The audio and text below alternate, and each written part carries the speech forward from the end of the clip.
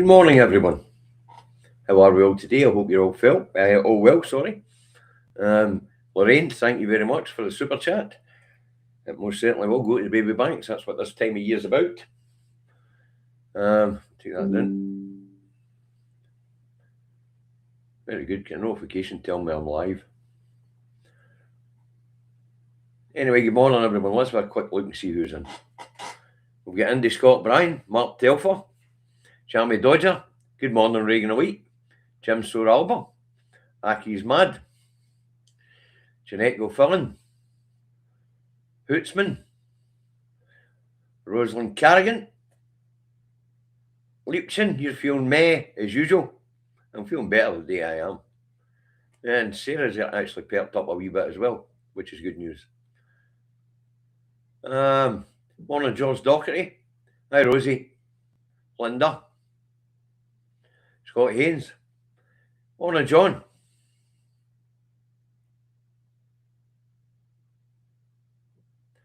Good morning, Ange. Christina. Lorraine. Right, I think that's me caught messages. If I've missed you, I do apologise. But there's a lot of using only one set of eyes here. Right, it's Indy. Let's get this underway, shall we? Indy Truck Davy out at Truck Nat Homes office in Salisbury, North Lancashire, where it is the 19th of 12th, 2025. It's 7 degrees, overcast, rain in the forecast. Humidity, 87%. Wind speed, we've got 21 to 34 mile an hour, so quite breezy. And I've been out this morning. It is nippy. Jacket on this morning, folks. And the pollen count, isn't it? It's a winner. It's not a big thing. Okay, right. First up this morning, going to get right in here. First up this morning is a daily feel. What's it go for us? I don't know what to make of this one, folks. I don't know what to make of this one. Now, SNP rocked after MSP's office was bugged by own staffer. Now, I've read this in a couple of papers this morning, and what gets my spider senses going is the fact that it's an unnamed female MSP and an unnamed staffer who's apparently still an officer within the SNP, within the branch that he was represented by this particular MSP or group of branches. So I don't know what to make of this. I don't. Because it doesn't make any sense. If a staffer had bugged an MSP to undermine them and maybe to usurp their position, you would expect that staffer to face discipline and be thrown out of the party. So I don't know what to make of this one. I really don't. After the field, we've got the Scotsman, and it's on the same story. We'll get it up. They say unnamed MSP, unnamed staffer, call for probe. I would imagine there's some sort of internal investigation going on. If no, I think we need some answers on why not. I think we'll speak to a few people about this one. I don't get this one at all. And how did this story break if it's an unnamed MSP and an unnamed staffer? Right, let's get to this one first. Andy Scott Bryan, thank you very much. Xmas food and baby bank funds. Have a great Christmas, everyone. Same to yourself, Andy Scott Bryan. Right, next up, a Herald. No, it's not the Eye, sorry. I'm just used to the Scotsman and the Herald coming together. And the Eye has. Mortgage price war in spring 2026 as bank offers hope on inflation. Well, apparently, the cutting interest rates is going to have people in the spring going radio rental trying to buy hoosies. Expect a housing market collapse in the spring then, eh?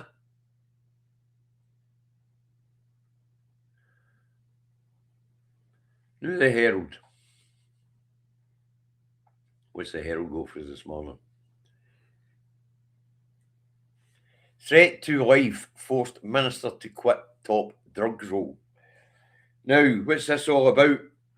It would appear that the drugs and alcohol minister at the time, wherever the Herald, Elena Whitham, MSP, stood back for her position as a minister because of threats, and the police assessed the threats as viable. Now, the threats were obviously a demand that she stood down. Otherwise, why would she stand down? Anyway, apparently the threats didn't just apply to her, it applied to her staff. Now, did the police recommend that she took a step back from frontline politics? I don't know. Well, I do know that's an outrage. An absolute outrage that a minister and their staff didn't feel safe enough to continue in their endeavours in Scotland. That is an outrage.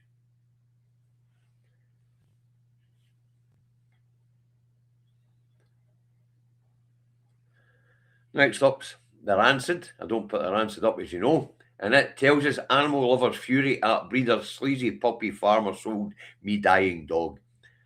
Why did you go and buy for a puppy farmer? Why didn't you go buy for a reputable breeder? Mental.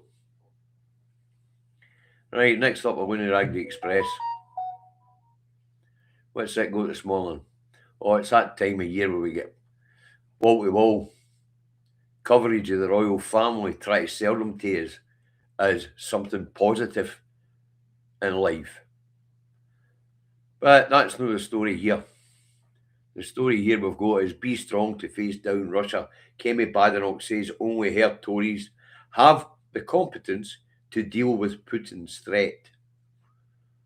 Putin's threat.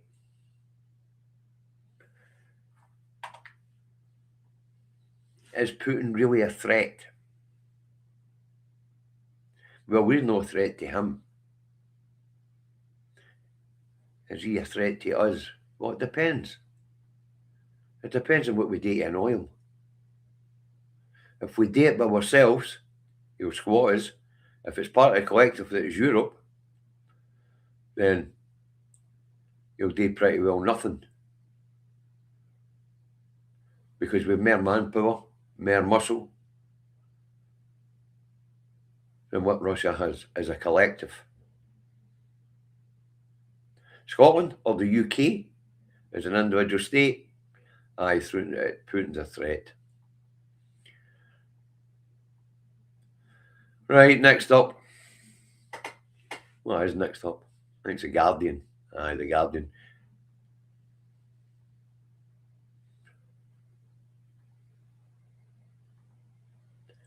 New Epstein photo shows quotes from Lolita written on women. So apparently Jeffrey Epstein was going through his photographs of women and writing on them quotes from the 1955 novel or series of novels called Lolita. It was written by a Russian in exile in Paris, Vladimir Borikov. I've never read the book, but it was quite a very famous book at its time. As you can imagine, 1955, the subject matter, as with today, is well taboo. But we do know that Epstein had a thing for young girls. Martin, that's very, very generous of you. You've all been very generous this season, this month, and it means that when the 3rd of January rolls round, I'll be down at the door of the bank, giving everything, and I'll let you know how much it is before I do the transactions or after I do the transactions, giving whatever's in the Two Davies account out to the 3 food and baby banks that we helped there at the beginning of the month. So far, We've given them £600 a head to help the children have a better Christmas. So £1,800 so far this month. Beginning of January, whatever's in the account will go to the same three, and that will give the babies and children in these specific areas, which these food banks cover, are massive, by the way, massive. And I'll give them a healthy start to the year, hopefully. And thanks all very much for your support this year. It really is heartwarming. Right, so apparently Jeffrey Epstein was a fan of the novel Lolita. And has had a taste for young ladies, very young ladies actually. That would seem apt. Sick, yeah. Right, down with the Guardian and up with the Times. What's the Times got for us this morning? Well, it's got a creepy old man with a pint of Guinness to start with. Jesus, that thing's fucking frightening. But according to this rag, Jewish groups alarms at forces staying silent on intifada chants. Well, we spoke about what intifada meant yesterday. It means uprising, to shake off an oppressor, invader. And the Palestinians have had 2 uprisings so far. I don't know if the recent event comes under another intifada. But the main headline says water bill set for 42% rise in the next 6 years. It then goes on to tell us that where water bills are currently £500 odd, mine is £383, and it'll be rising to £718 over the next 6 years, as it'll be going up by 4% a year. And it says on the headline 42%. Four sixes. 4 sixes. Is that no 24? I think it's got its numbers the wrong way around the headline. But apparently water's going to become unaffordable, guys. Heard that. Next up, we've got the Tory graph. Bit cynical this morning when it comes to the headlines for some reason. Phillipson blocks safe space for women. We're back on the gender wars nonsense here, people. And apparently the Education Secretary isn't willing to comply with the Supreme Court ruling and introduce women-only spaces in the Education Department. Bravo for her. Next thing for her today is she's in the Cabinet.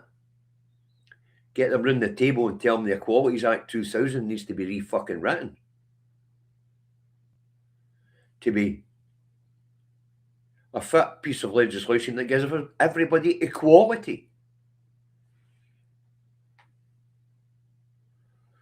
Your son in Surrey is paying 120 quid a month for water, Cassie. I'm only paying 3 times that a year for water. Wow. He's over £1,000 a year for water. Wow. That's a mental. Right, next up we'll get a National. What's the National go for us this morning? It's back on the bugging story. Bugging of MSP's offices is utterly unacceptable. Well, you know, you get devices that let you scan the office. And you should be doing that anyway, because no doubt MI5 have got all your offices fucking bugged. Because if they're not doing their job right, wow. But I say, I don't know what to make about this story. It's an unnamed MSP, an unnamed staffer, and the staffer is allegedly still an officer within the party. I find that bloody hard to believe. I don't know about you guys, but I personally find that bloody hard to believe. I really do.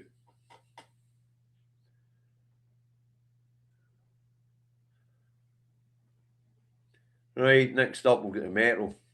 What's the Metro got for us this morning?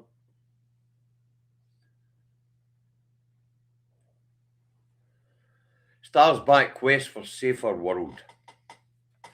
And we're back on the gender wars again. And in this case, it's legislation that was promised on violence against women and girls, which apparently the Stars back. Well, I think we all back legislation to and tougher laws for violence against women and girls. It's not on. It's unacceptable. So it is. Right. There's only one paper left to look at. And that is way out there in Cloud Cuckoo Land this morning. Is there a darts championship on by any chance?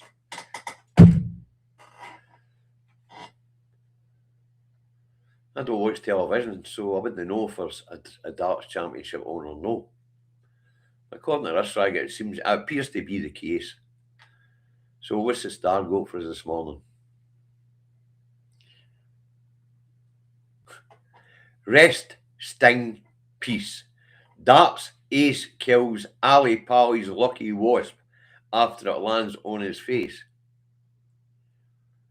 Bullseye. Ali Pali. Oh, fuck. Do you know what? I'm not even going to bother my arse wondering about it.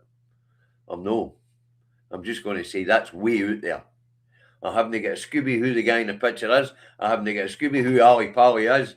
I do understand for the titles that have been in the front page of this week that it's darts related. That I get. I get that for yesterday's front page for this rag. But I take it there must be a darts championship on somewhere. Superstitious nonsense. But it's Friday.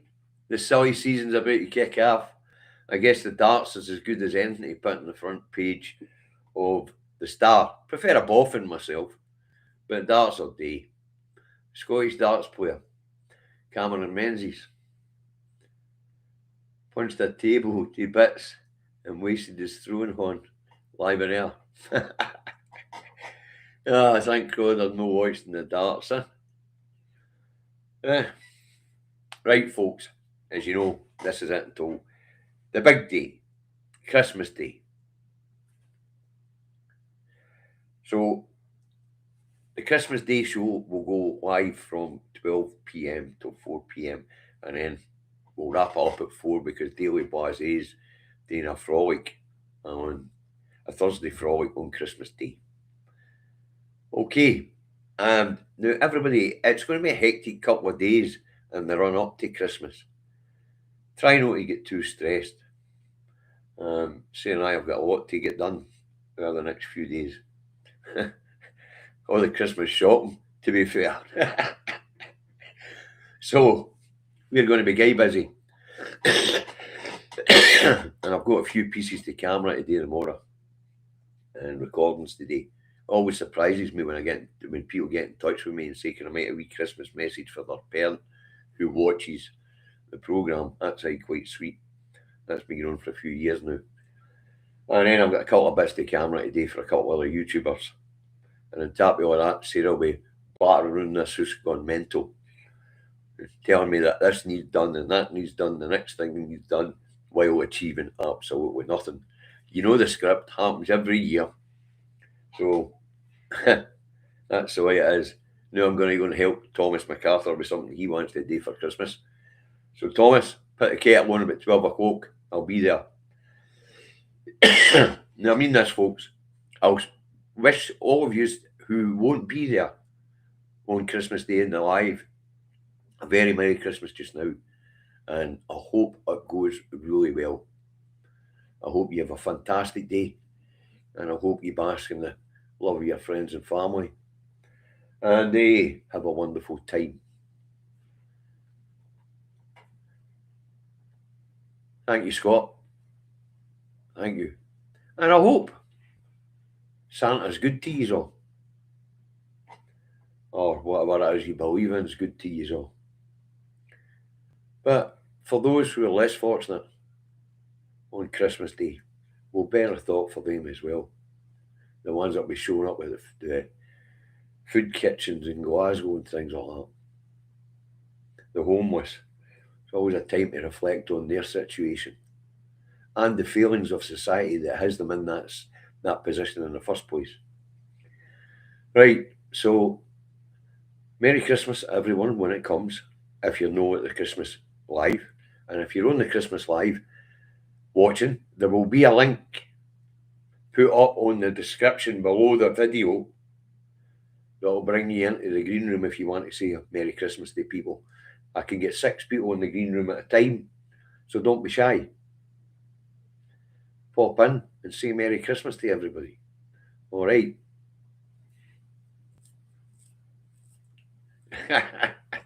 I can send your dad, Huey, a message. He's over 75. Aye, Kazzy. No, that's not a bother. I'll hit it up as a voice recording in your personal messages. Kazzy, I'll do it tomorrow. I've got a wee list today. Okay. So hold on, I better write that down. Kazzy's wee dash, Huey. Christmas message.